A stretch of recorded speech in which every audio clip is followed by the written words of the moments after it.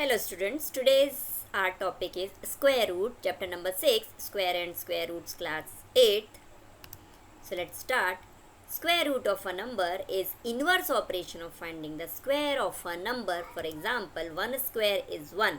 That is, we can say square root of 1 is 1. 2 square is 4. So square root of 4 is 2. And 3 square is 9. That is, square root of 9 is 3.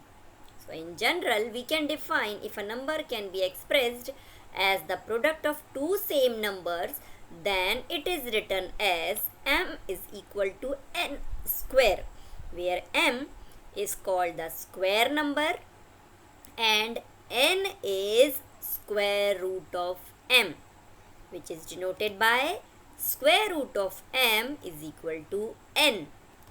Now the symbol of square root is under root sign. When we have to show square root of any number, this sign we have to place with the number. Now we have a property of a square root number. So this is related to unit digit of a square root number.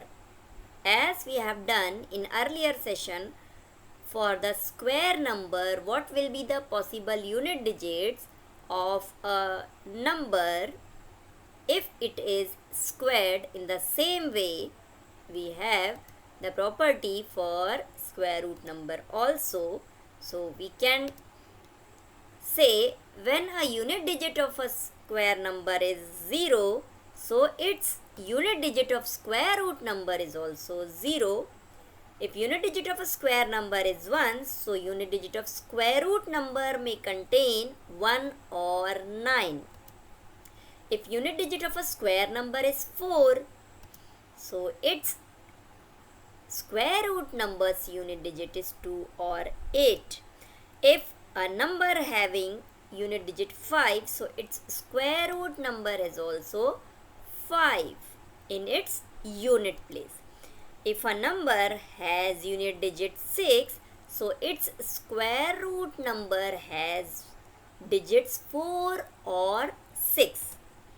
If a number has unit digit 9, then its square root number may contain 3 or 7. Now we study how to find a square root. So let's learn about this. Finding a square root through repeated subtraction. So this is the first way where we will find the square root of any number through the repeated subtraction. As we know that the first of an odd natural numbers is n square. So in this method, we subtract the odd number starting from 1 until we get the remainder is 0. The count of odd numbers will be the square root of the given number. So let's say an example 36. So what we have to do? We have to subtract the odd numbers from this 36 one by one. So first step will be 36 minus 1 becomes 35. Then after, from this 35, we have to subtract the second odd number, that is 3. So it will 35 minus 3 is equal to 32. Then from this 32, next odd number 5 will be subtract. So 32 minus 5 is equal to 27. Now from this 27, we have to subtract again the next odd number 7. So 27 minus 7 becomes 20. Then next odd number will subtract it from this 20, we get 11.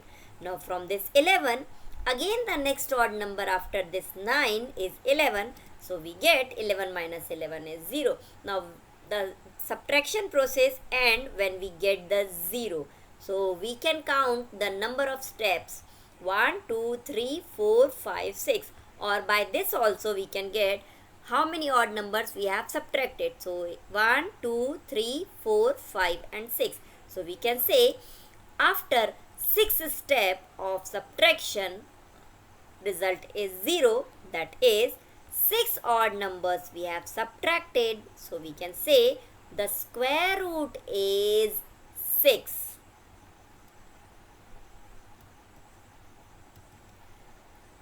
The second method for finding the square root of any number is known as prime factorization. As we have done the prime factorization in lower classes like class 6th and 7th, so here also again we have to do the prime factorization method to find the square root of a number. So let's start this method.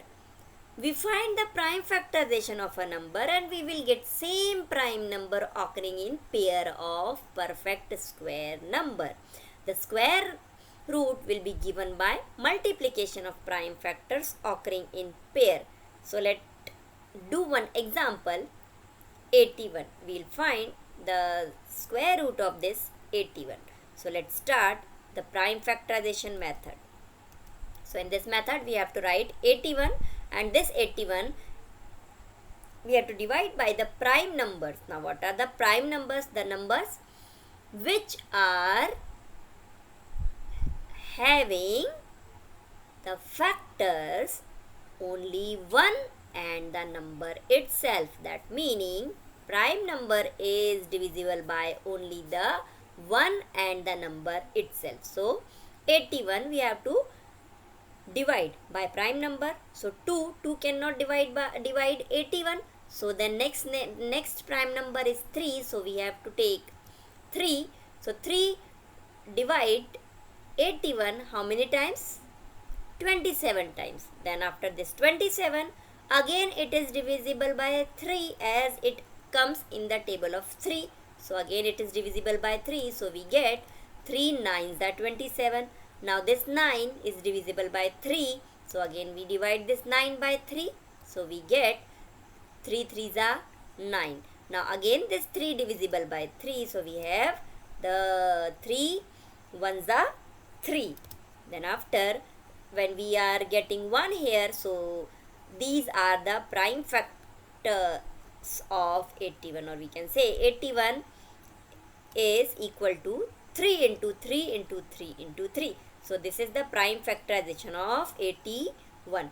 Then after we make the pair of two digits like this, and when we are making the pair of two digits we have to take the square root sign in the both sides. So when we write the square root of 81, that is equal to square root of 3 into 3 into 3 into 3. These 3's are in a pair. Now then after this 3 into 3, one pair will be come out from this square root sign. So how many pairs are here? 1 and 2. That means 2 times 3 will come out from this square root sign. So we have 3 into 3, that is equal to 9, and we can say square root of 81 is equal to 9. As we get 9 into 9 is 81. So by the definition, if m is equal to n square, then n is known as the square root. So here 81 is equal to 9 square. So 9 is the square root of 81.